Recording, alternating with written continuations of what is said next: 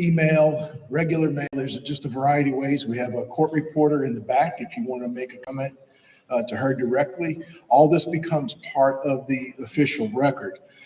And if you haven't signed in yet, please do sign in because we want to keep you informed after the fact as to what's going on with the project.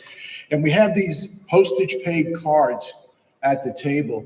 If you know someone who wanted to come but couldn't, but may be interested in the project, please take a couple with you and hand them out to your friends and neighbors. They can write their comments in here, mail it back. All this becomes part of the record. So like I said, we're really happy to be here tonight, and we're glad that you came. We need your input. And I'm going to turn it over now to the Senior Project Manager, Lacey Shaw.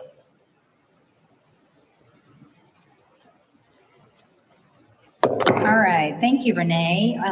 First of all, I want to introduce our team. So we've got Renee, Matt, Lawrence, and Ryan from our Public Relations Office. And on the project team, I want to introduce Patrick Smith, Jordan Lagarbo, Brian Ostahowski, got it, and Laura Carnes. And I'm Lacey Shaw. I'm Senior Project Manager for the Corps of Engineers. So thank you all for having us today. And just like Renee said, we're here because we do want to hear from you. We're in the middle of design. We've learned things from the last time we came out to see y'all, which would have been about the 2013 time frame. And we're looking to make some changes on the project. And because of that, we want to disclose that to you and get your input. So just like Renee said, there's 5 different ways to do that. Happy for y'all to ask clarifying questions, but if we really want to hear your comments and record it to make sure we can get a response back to you. So it's important you do it officially. All right, so meeting purpose and what we're going to go through. So I'm going to read this. We're here to provide an update on Morganza to the Gulf and receive public feedback for the draft supplemental environmental impact statement. So when y'all came in here, you saw a stack about that big. We have a document for all the things that we're showing you today to tell you in detail what design changes has happened and what information we use to make certain decisions. So y'all are the ones who live here, you work here, you've been here a long time. Y'all see things that we may or may not see. So again, all the more reason for giving feedback. So what we're going to talk about today, rules of engagement, how we'll talk to each other today, the schedule of other public meetings. We've got other ones around the area. Talk a little more about the details. Patrick's going to get into the project alternatives and then talk about the environmental consequences. That's a big part. What a supplemental environmental impact statement does is it looks at what does the project affect. So the project is here to provide flood risk reduction from tropical events. In order to put infrastructure in, there's going to be a little bit of heartache that goes with that. There's going to have to be sometimes they're a little uncomfortable when construction goes on. So we understand that and we want to disclose that to you, but we also want to make sure that any concerns and considerations are considered in the decisions we make. Because I've been in public meetings, I've been at the Corps of Engineers for 17 years, and I know of many times when comments have come back that have helped change the tide of how a design was going. So we talked about all the ways to comment, and then after this, I'm happy to talk to anybody. Let's stand around a map and talk about any detailed discussions you have. All right. Again, QR code, how to get in touch with this. The other public meetings we have in Houma next week on the 15th will be at the Civic Center at 2 o'clock and 6 o'clock. And then the following week on January the 20th, we'll be at Nichols in the Student Union Edition and also at 2 to 6. So ample opportunity. All right, so back to Morganza to the Gulf. There's a long history, and I love talking to each of y'all. I hear a lot of the interactions you've had with the project, how things have changed from when the levees started to be installed as to when some of the floodgates got put in and how things have changed since then. So Morganza to the Gulf has a long history.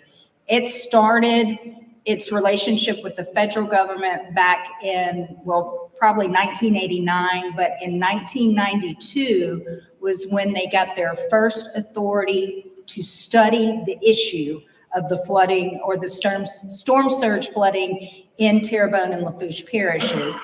And from that time, it developed into the Morganza to the Gulf project that you see today. So the last authorization we had was in WERDA, was an act in 2014 that essentially authorized the project that you see, 98 miles of levee system, numerous floodgates, numerous structures, you know, being this far in the south and dealing with all the bayous and canals and waterways is not cheap, because we have to maintain that navigation, we have to maintain that water flow. So it's a very dynamic system that takes a lot of study and time to make sure we're getting the water right. So as you see here, we've got some of our main things I want to point out. We've got our Gulf Intercoastal Waterway here to the west. We've got our Gulf Intercoastal Waterway intersection to the east, and down here to the south is the Houma Navigation Canal. So those are our major floodgates and lock systems that are integrated into the system, and all of the levee reaches in between. So problem. What we say as a problem statement is really the goal of the project. And of course, the goal of the project is to combat the storm surge due to wetland loss, sea level change, and subsidence up to the 1% annual exceedance probability event. What does that mean? That's formerly known as a 100-year storm. So that means a storm that has the probability of coming every 100 years. Y'all have seen that. I don't think we've reached a 100-year storm recently. What would you say, Mitch? Ida was about as close as we did, but it wasn't necessarily a direct hit. So even though the work that the levee district has done thus far has been wonderful. I mean, I was on the phone with Mitch during Francine. So we are seeing the work that's been done so far, but when the big one hits, we got to be taller, we got to be wider, and we got to be ready. And so that's what we're here. Now that the federal government is infusing some money into the system, we got our first appropriation in 2021 to get us to the level so we can combat the big one. So like I said before, there's been over $1 billion spent so far. Most notably right now, what's going on is the lock system down south of here at the HNC. And a lot of great work has been done. We have a great relationship with the levee district and the state. We're very integrated in all our designs and all the decisions we make. We do it all in concert. So we want to ride off of that and bring it home. So over 80 miles have already been installed, and at the end of the day, we're getting to 98 miles. So right now, it's kind of interesting. A lot of y'all are here, and I see where you live over there next to the construction that's happening right now on Reach A, and I'm loving your comments. This actual document talks about all the areas except Reach A, because we went forward with a separate environmental document about that. However, we want to hear anything y'all have to say having to do with Morganza to the Gulf. So keep those comments coming. We're actively in design for Reach A as well. So this is timely to get comments for that. But the information you see is about all the areas outside of Reach A. And Patrick will talk a little more about that. So again, we got funding back in 2021, and we have continued, Congress has continued to fund this. all through, I have it through 24, but we actually got funding through fiscal year 25. So it shows me that there is a great interest in Washington of seeing this system go through. So we're getting poised. So when they're ready to send money our way, we're ready to build. And next you'll see all of the contracts that are under design right now. We've got 24 separate contracts that are under design. We have funding, partial funding for six features. You can see on the right-hand side, and we already have partial funding for that, so we're ready to go as soon as design is done. We're looking at about the 2027, 2028 timeframe where a lot of these designs are going to be completed and we'll be ready to start construction. So with that, I'm going to hand it over to Patrick Smith, who's going to go a little more into environmental consequences. He's going to talk a little bit more about what construction of Morganza to the Gulf is going to have effect on the system. So thank y'all for your time.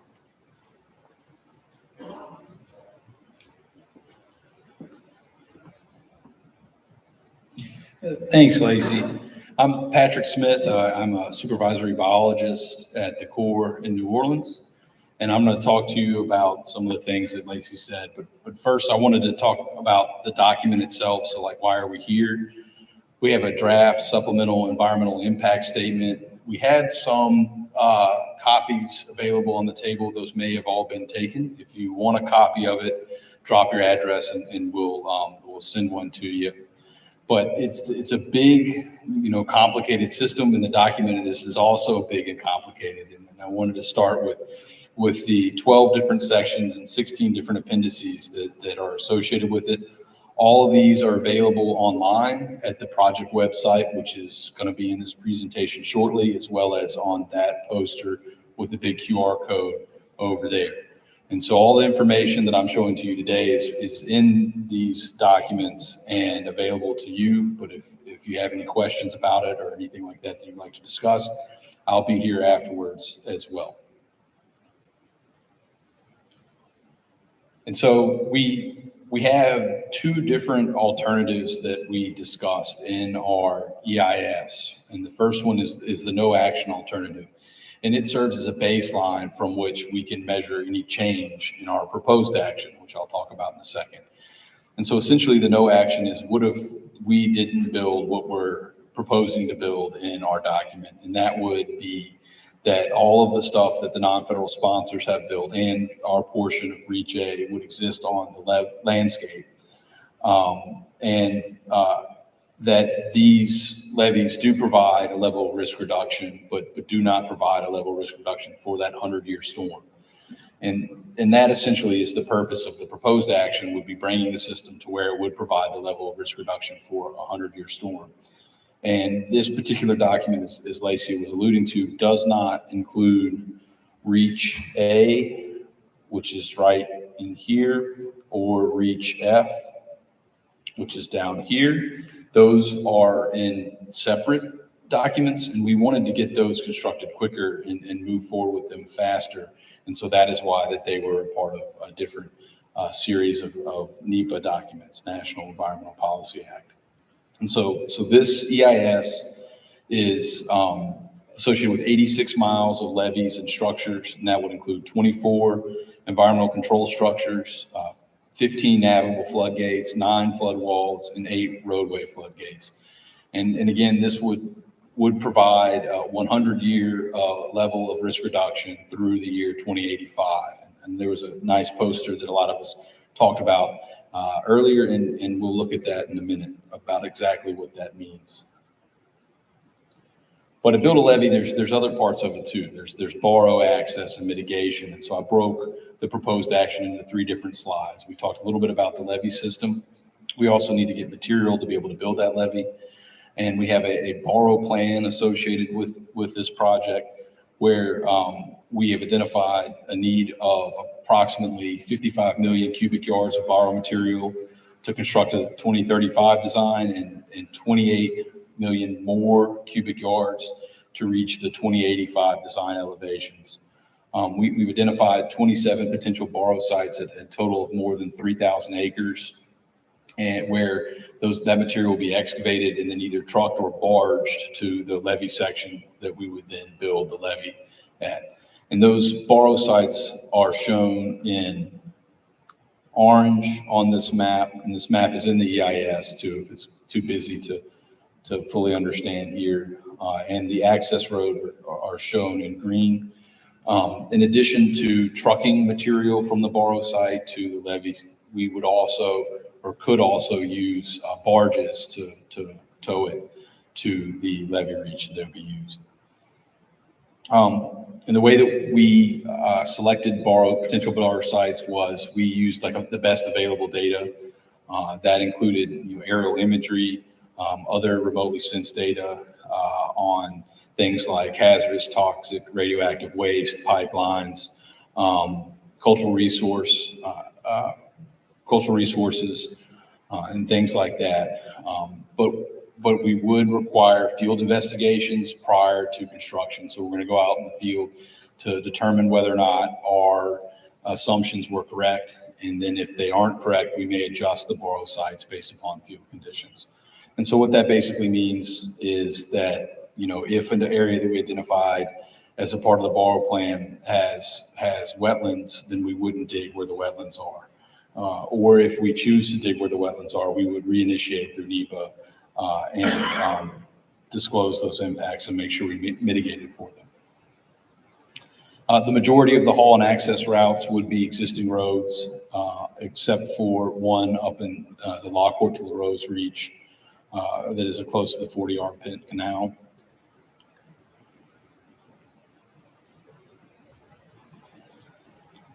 And the last part of our project is the mitigation plan. And what we have here is a table on the left that has some information about the tentatively selected plan. And so in the figure on the right is the final array. In our planning process, we identified a final array that's shown on the map and then compared the bang for the buck among the final array to come to a tentatively selected plan. And so what this means is that all of the sites that are shown in the map aren't a part of our final mitigation plan. These on the table are a part of our final mitigation plan, and the sites are labeled that match what the final mitigation plan would be. And the purpose of the mitigation plan here, the habitat mitigation plan, would be to mitigate for any losses of function or values of significant habitats associated with construction of the project. And what that basically means is that we assess the quality of the wetlands where we would build this system, and then develop a plan that would compensate for the value of that wetland, right?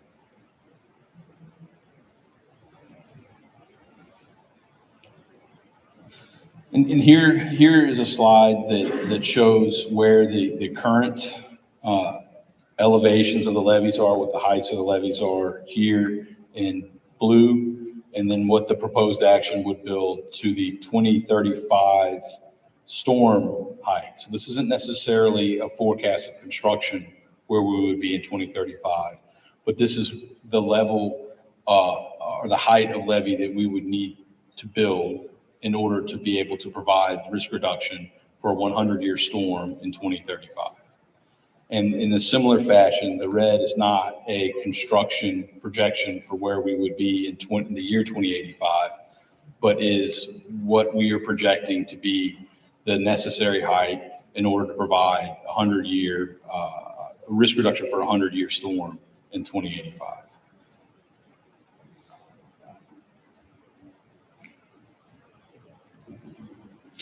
So next, I'm going to transition into project impacts. I have 15 different resources that I'm going to go through.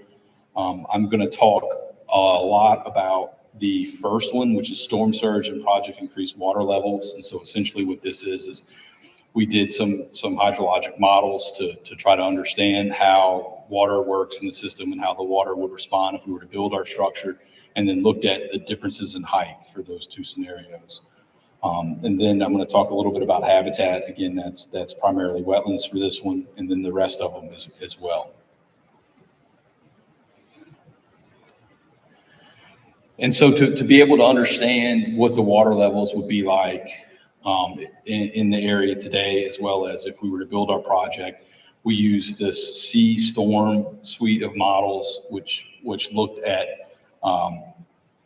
which combined the advanced circulation model and a wave model. So it looked at storm surge and waves for a probabilistic set of storms. And what that means is that 1,000 different storms will run through here, through this area with different paths and different intensities.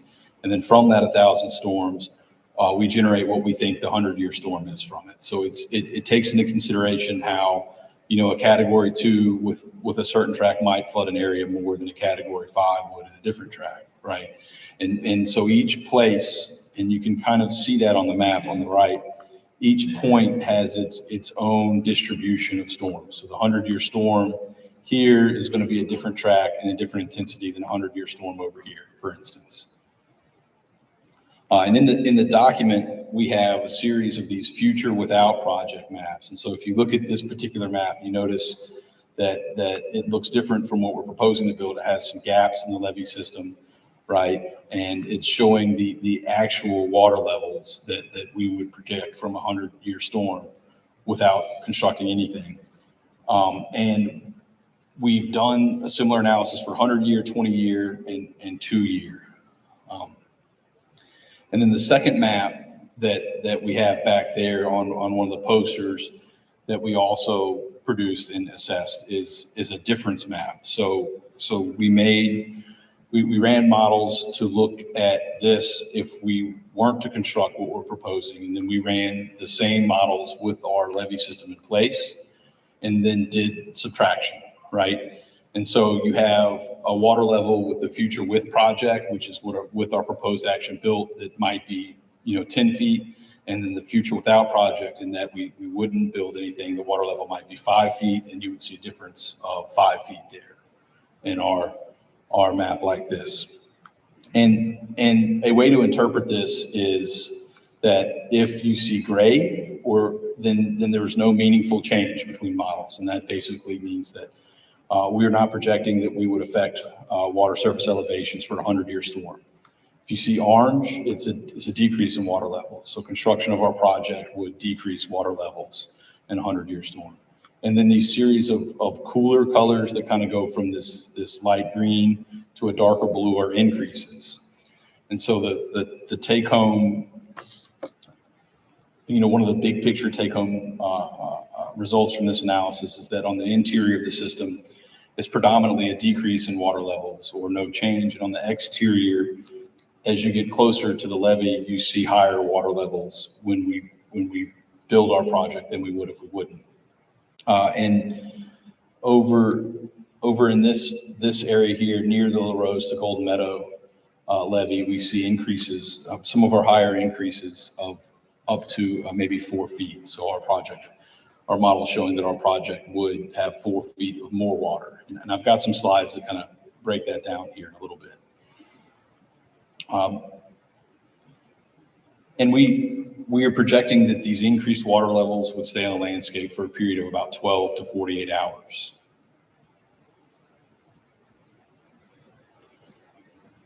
And so the next thing that we did was we picked 8 locations, it's kind of shown on the map on the left, where we took the information from that one point and dove into the without project and the with project water levels, and then made a difference of those to be able to get an idea of where they would be at precise locations. And of these 8, the highest difference was inside the La Rose to Golden Meadow system right here, and the lowest was over here in Gibson at plus 2 feet and plus 0.2 feet respectively.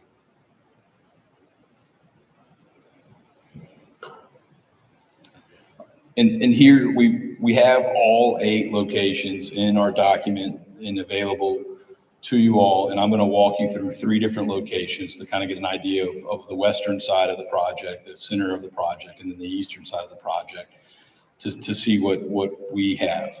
And The map on the left is going to have a star for the approximate location where we pulled those data, right? So this one is Gibson. And so the water level data that I'm going to be talking about was pulled directly from here for a 100-year storm in 2085. And then on the right, we have these bar charts, and in orange is without project. So that's the condition in 2021. If we didn't build any more levees, it would expect about 8.8 feet of water. One other thing that I should mention is this location is on the exterior of the levee system, right? So it's on the flood side of the levee, not within the levee system. And then with construction of our project, the models were showing about 9 feet of water for a difference that you can barely make out here in green of 0.2 feet. And so in this location, with construction of our project, approximately 0.2 more feet of water would be on the landscape for about 12 to 48 hours. The next location that we're going to talk about today is in Dulac, shown here with this star down here. Again, it is on the exterior of the system, but it's pretty close to the levee itself. The same color system works here, where orange is if we don't build the proposed action, we don't improve the levee system, we would expect about 13.9 feet of water here on the exterior. And if we were to build the project, it would be about 14.7 feet for a difference here shown in green of about 0.8 feet of water. And again, we expect this to be on the landscape for about 12 to 48 hours.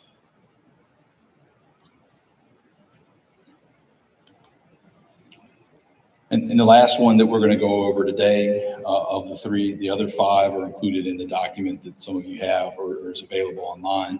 Or if you'd like a printed copy, drop your address. If you weren't able to get one, is Ile de Jean Charles, which is shown here as a star here. Again, it would be on the exterior of the levee system. And in orange, we have a without project. Again, if we don't build what we're proposing to here, water level of about 13.8 feet.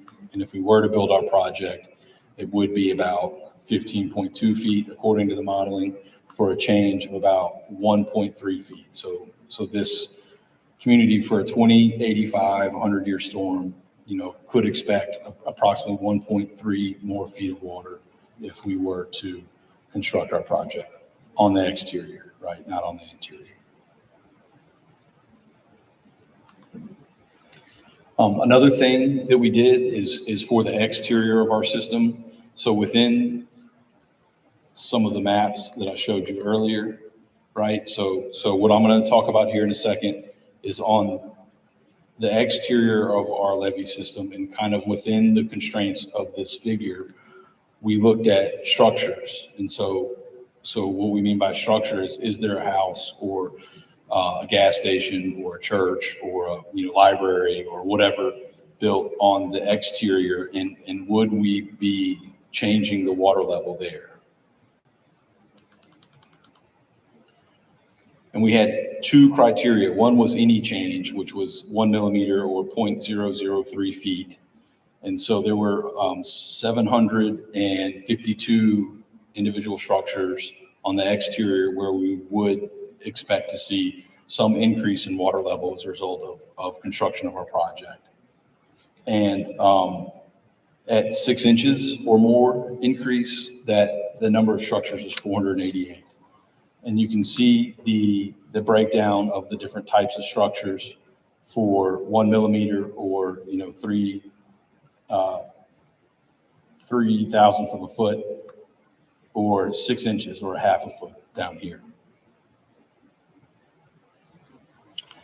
And again, this is for the 2085 100-year storm. When we looked at more frequent, less intense storms, that difference was less, right? So for a 20-year storm or a 2-year storm, it was less of an impact.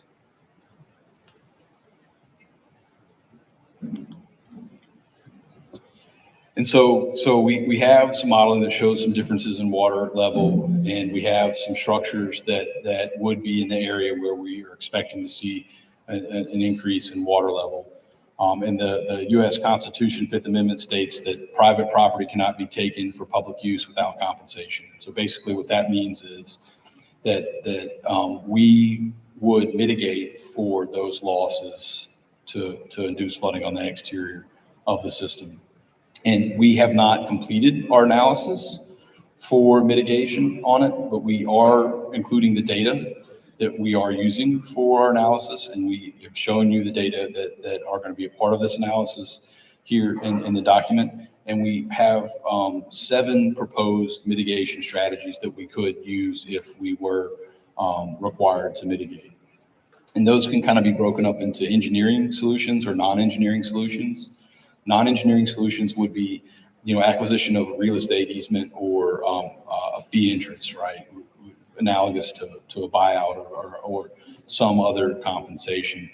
And then there would be engineering-based mitigation solutions that include levees, additional culverts, gravity outlets, environmental control structures, drainage canals, ponding areas, or pump stations to help alleviate that problem. Another important thing to mention here is that if we were to consider an engineering-based solution, so if we were to consider, raising an existing local levee in response to an increase in water level, to mitigate for an increase in water level, we would have to do another NEPA document and would re-engage the public before we did that. Any of the 5 engineering solutions listed here.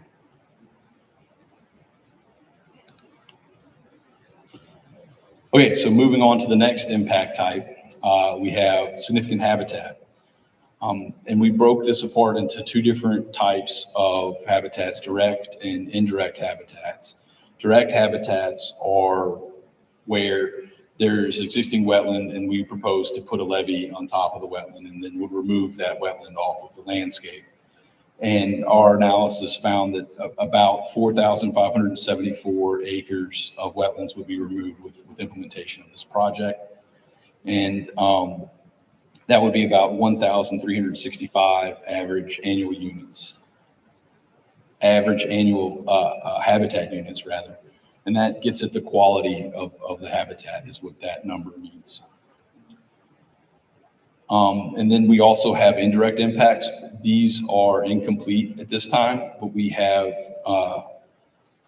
based upon the modeling that are available, we have identified some pockets where there would be a change in hydrology and we would expect a decrease in wetland function and value. So the wetland might not be as productive or as healthy as it would be without constructing a project.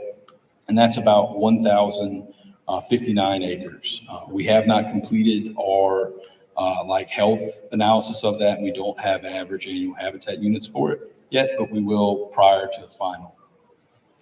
And what's important and is required by law is that all of these habitat impacts will be fully compensated for before or concurrent with project construction. And if you recall, a couple of slides ago, we talked about the habitat mitigation plan, and that's our plan to fully compensate for those.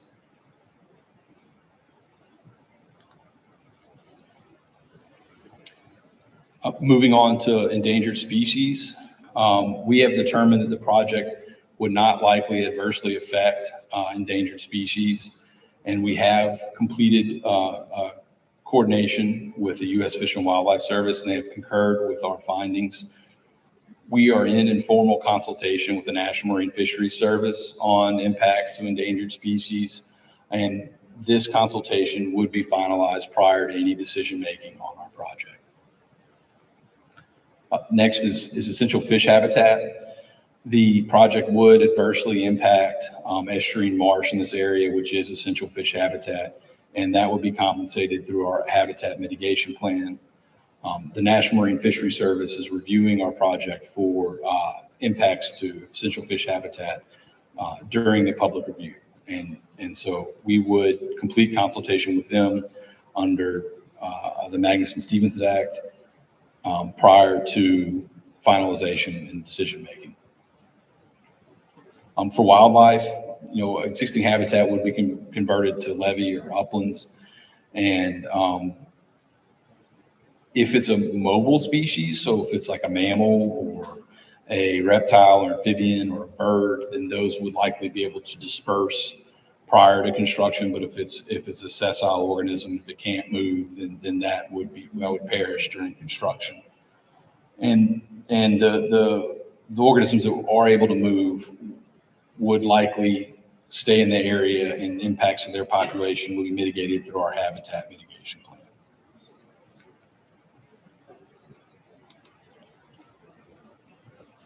Next is coastal resources. We are coordinating with the Louisiana Department of Conservation and Energy for our coastal zone consistency determination, and we would complete that prior to the final supplemental environmental impact statement. We have 2 different Clean Water Act activities ongoing associated with water quality, and that's a Clean Water Act Section 404B1 and a Clean Water Act Section 401 certificate analysis. And those would be completed prior to decision making. The 404B1 would go on public notice prior to the final SEIS. And the last part for water quality is that during construction, we would require a stormwater pollution prevention and spill prevention plan. And during construction, we would make sure that when necessary, that those stipulations would be followed. For hazardous, toxic, and radioactive waste, we performed a desktop analysis, and none of the project areas have indicated that would be a concern, but we would complete a site assessment prior to construction to make sure that there aren't any HGRW concerns. And if there are, they would be relocated or avoided.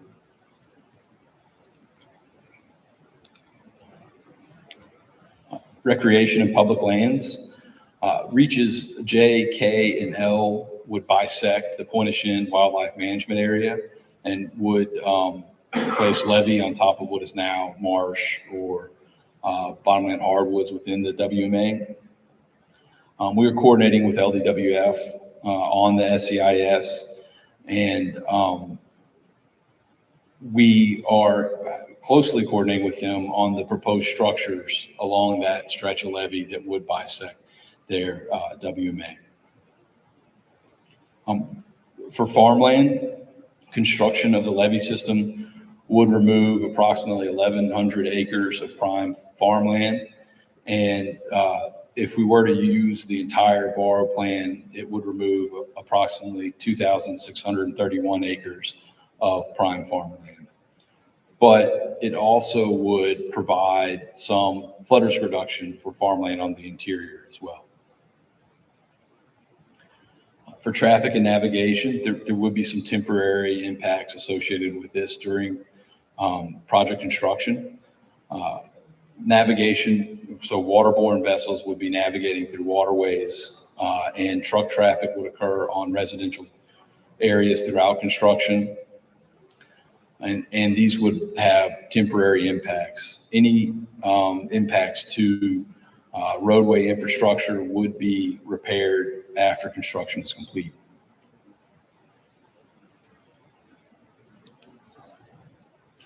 Similar to traffic and is air and noise. The project would have temporary adverse impacts on air and noise associated with the traffic and transportation that I spoke about earlier. You know, as trucks are hauling material to the levee system or bringing crews or concrete or whatever, there would be impacts to air quality and noise. We would employ best management practices during construction to minimize dust and other air emissions, such as washdown racks and covers on trucks that are hauling clay. And pile driving would be limited to daylight hours to help reduce impacts associated with noise.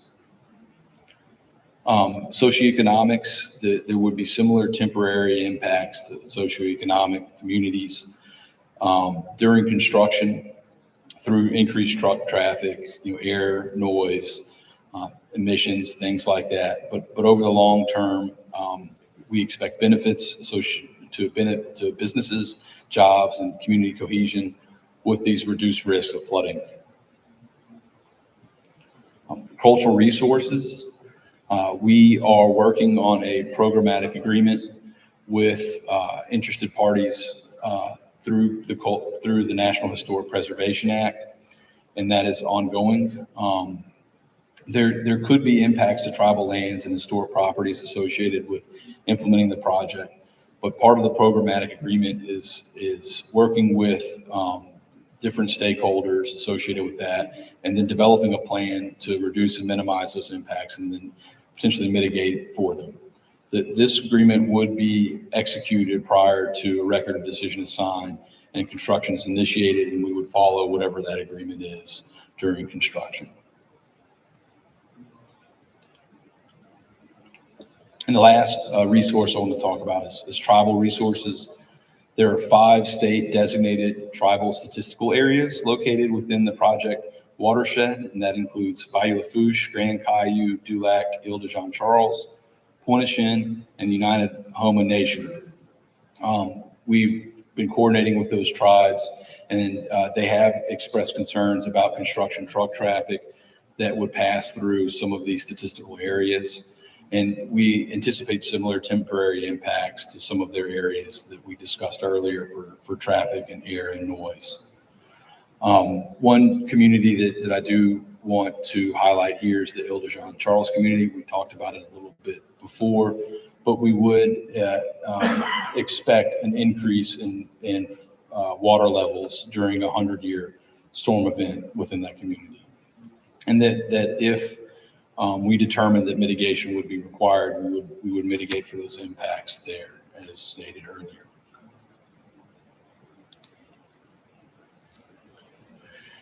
And so the next steps in the process is on January 23rd is the end of the public comment period. So if you have a comment or a concern about what we were talking about today or Morganza, the Gulf in general, please submit your comment before then. If it's postmarked by January 23rd, we will accept it, even if it comes to our office, a couple of days, a week later, or whatever. The next big step is that there will be a final SEIS review period at the end of the summer, early fall this year, and that will occur where after we have the draft out on the public review, we get comments from you all and others, and then integrate those comments into our proposed action, and then we'll put it back out again for another review at the end of the summer. And so in closing, there's 5 different ways to submit comments. You can email them to the email address here. It's also on that poster board there. You can scan this QR code that will go directly to our project website. There's a little drop-down menu where you can put a comment in there, and that will be a part of the record. You can mail it to us at this address. And there also is a court reporter who can take your comment in the back there, and a comment card that many of you have maybe picked up. And there are others available at the front table there with Lawrence. Thank you.